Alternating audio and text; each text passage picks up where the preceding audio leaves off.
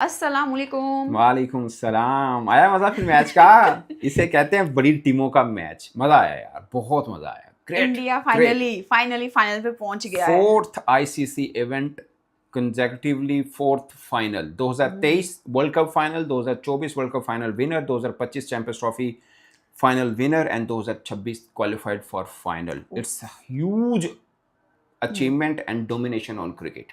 Oh my God. कमाल कमाल जबरदस्त। पहले बैटिंग में सबने रन्स किए, सबने बहती गंगा में हाथ धोए स्वाय अभिषेक के।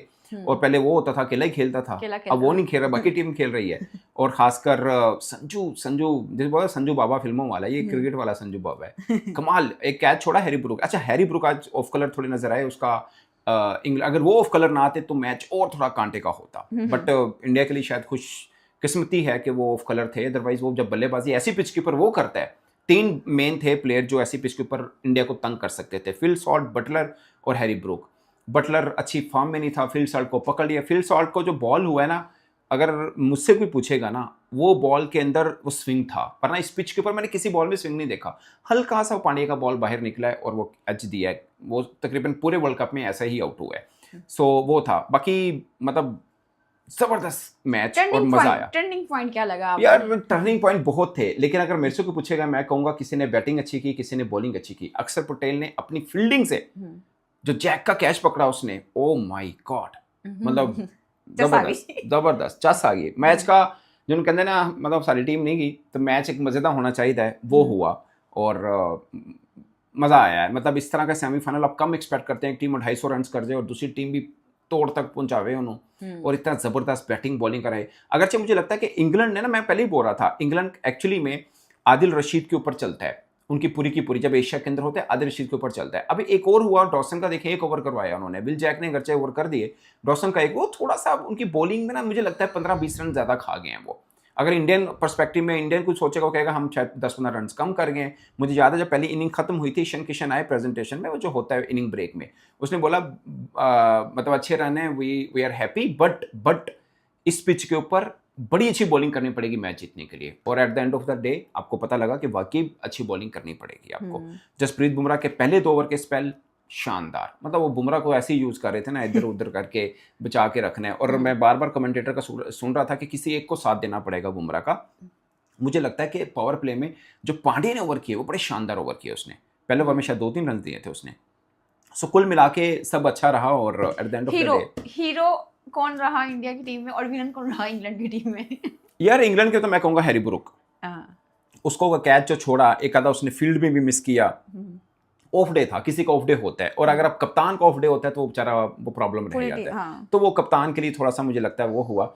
अदरवाइज मतलब पूरे वर्ल्ड कप में हैरी ब्रूक बहुत जबरदस्त खेल रहा था। सो वो है। बट हीरो की बात करेंगे तो of course Sanju Baba, Sanju Sam. वैसे सब ने आकर कंट्रीब्यूट किया, सब ने आके थोड़ा थोड़ा हिस्सा डाला है इंडिया बैटिंग में। संजू 42 बॉल 89 रन, 100 उसका 11 बॉलें रह गई, हो जाना चाहिए था। सफदर फरहान का रिकॉर्ड टूट जाता, टूट नहीं जाता, बराबर हो जाता। उन्होंने वर्ल्ड कप में 200 किए, इनका भी 200 हो जाता। सो एक खास था, एक अगर वो हो जाता तो। लेकिन ठीक है, बाकी सबने हिस्सा डाला। 39 ईशान किशन बहुत शानदार खेला, 216 का स्ट्राइक रेट उसका रहा। शिवम दुबे 25 पे 43। ये छोटी छोटी जो है ना, 16 बॉलें 35-40 स्कोर, ये कैलकुलेट वो जमा करें तो कितना बन जाता है, वो फिर आपको ले जाए। तो बड़ी इनिंग मिल गई, संजू ने अच्छी खेल दी है। लेकिन नीचे से भी सब अच्छा। पांड्या 12 बॉलें 27 रन, 200 स्ट्राइक रेट, ठीक है। 7 बॉलों पे 21। तिलक वर्मा, मुझे याद है तिलक वर्मा गया आज आउट होने के बाद, तो देखा आपने वो कैसे कप्तान ने उसको हक किया कि यार ठीक है, 7 बॉलों से कम कर रहे हैं, 300 का स्ट्राइक रेट है। सो ये छोटे छोटे 20-25 रन बन के ना एक्चुअली में ज्यादा डैमेज किया। दिखने में संजू ने एक बुनियाद रखी और सब चीजें बेहतर की, नो डाउट। लेकिन ये 20-20 रन वाले जो उसकी इनिंग्स थी ना, एक तिलक वर्मा की, ईशान किशन की बड़ी इनिंग आई, तो उन चीजों ने काफी चीजों को बेहतर। शर्मा नहीं चल पा रहा है अभी, होता है ऑफ कलर। इधर से बटलर नहीं चल रहा, इधर से बटलर नहीं चल रहा, ये भी तो देखो ना आप, बटलर भी नहीं चला। बटलर का पूरा वर्ल्ड कप भी फीका चला गया। और बाकी अभिषेक का ये, अभिषेक भी चल जाता तो 250 करना था, फिर संजू ने नहीं चलना था। क्रिकेट है ना, एक आधा। अभिषेक का भी शायद इस पिच के ऊपर अभिषेक चलता तो कुछ ज्यादा करता, मगर अभिषेक किसको मारता है? आर्चर को। आज संजू ने मारा उसको। संजू को 3 बार आउट किया। लास्ट जो सीरीज हुई है, बायलैटरल सीरीज हुई इंडिया वर्सेस इंग्लैंड की, आज भी एक कैच का चांस था, उसी की बॉल के ऊपर हुआ है। मतलब उसने पहली 2 बॉलर पे बाउंड्रियां चलाई हैं। फिर मतलब ठीक है, संजू का मुझे लगता है अच्छी फॉर्म में, ये न्यूजीलैंड को तंग करेंगे। अब असल में आपका सवाल ये बनता है कि वही पूछ लेंगे, इंडिया वर्सेस न्यूजीलैंड कौन यार टीम तगड़ी लग रही है? मैं बताऊं, दोनों में एक चीज है, दोनों 3 बॉलर के साथ आ रहे हैं। हाँ। न्यूजीलैंड को मुझे लगता है एक बॉलर डालना चाहिए, निशम के साथ गुजारा नहीं होगा। मतलब अहमदाबाद में भी ऐसे ही पिच मिलेगी, ऑफ कोर्स 200 वाले हो रहे हैं अभी तक, सारे हाई स्कोरिंग मैच आ रहे हैं। सो अहमदाबाद में भी यही होगा। तो मेरा मानना है कि निशम की जगह पे उनको डफी के साथ आए, काइल जेमिसन के साथ, एक्चुअली में जेमिसन के साथ आना चाहिए।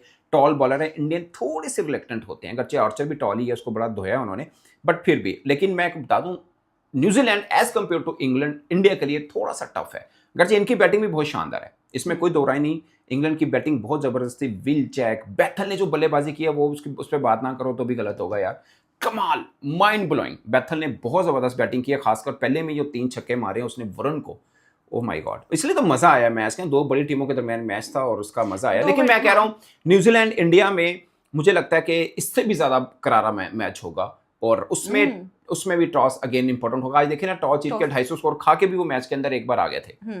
सो ये चीज होती है, टॉस बड़ा मैटर करता है। टॉस बड़ा मैटर करता है। yes. क्या फाइनल में क्या लग रहा है, 50-50 लग रहा है कि यार फाइनल मुझे ये लग रहा है, नहीं 50-50 तो नहीं, इंडिया ही मेरे ख्याल में इंडिया फेवरेट है।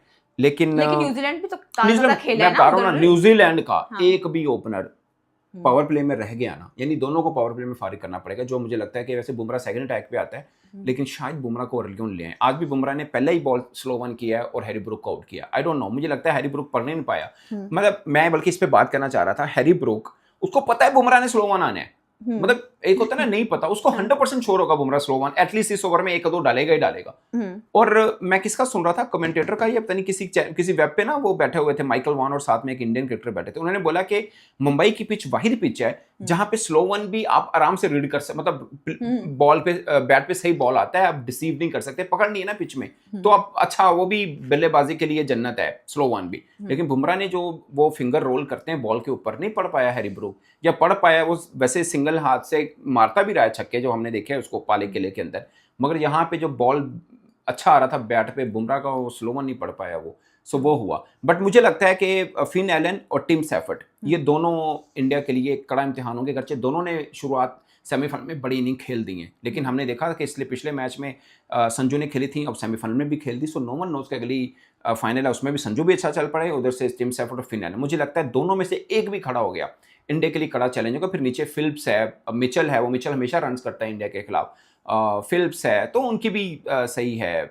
बैटिंग और सब मैटर ठीक है मुझे लगता है। जो बड़ी टीम में खेलते हैं सांस सोच कर रहते हैं, मजा आता है यार, पता चलता है यार क्रिकेट हो रही होती है। छोटी टीमों में ऐसा क्यों नहीं होता यार? छोटी में ये ना, मुझे देखें, इंडिया इंग्लैंड जो है, आपको पता है पाकिस्तान, जब मुझे खैर दूर की बात है थोड़ी सी, पाकिस्तान ने जब टूर किया था, व्हाइट बॉल सीरीज खेली थी, हमने 350 के करीब रन करके भी हारे हैं। उनकी वो पिचेस इस तरह की बनाते हैं, हाई स्कोरिंग मैच होता है, और उनकी बैट्समैनों को आदत पड़ जाती है 200, 250, 250, आंखें नहीं खुलती उनकी, हाथ पांव कांपते नहीं है, उनको पता होता है यार एक मैच है, इतना स्कोर है, बन जाएगा, नो प्रॉब्लम, पिच के मुताबिक खेलते हैं, सो उनको ये रहता है। हमारे यहाँ हमें आप देखो ना, पीएसएल होता है, कितनी बार एक वो है पिंडी की पिच है जहाँ पे 125, 250, 250 होता है, 1-2 बार चेस भी हो गया, तो हाई स्कोरिंग मैच अब आईपीएल में कितने ही हो जाते हैं, 200 प्लस रन, 200। अभी इंडिया 2 बार हो चुका हुआ है, लाइक एक बार 283 किया हुआ है, साउथ अफ्रीका 297 किया हुआ है उन्होंने बांग्लादेश के खिलाफ, सो उनका तो ये रूटीन है ये वाला खाता, तो उनको पता है अगर इंग्लैंड ने किया होता तो इंडिया भी इस तरफ हो जाता, और शायद इंडिया चेस भी कर जाता जिस तरह की वो बैटिंग ऑर्डर है।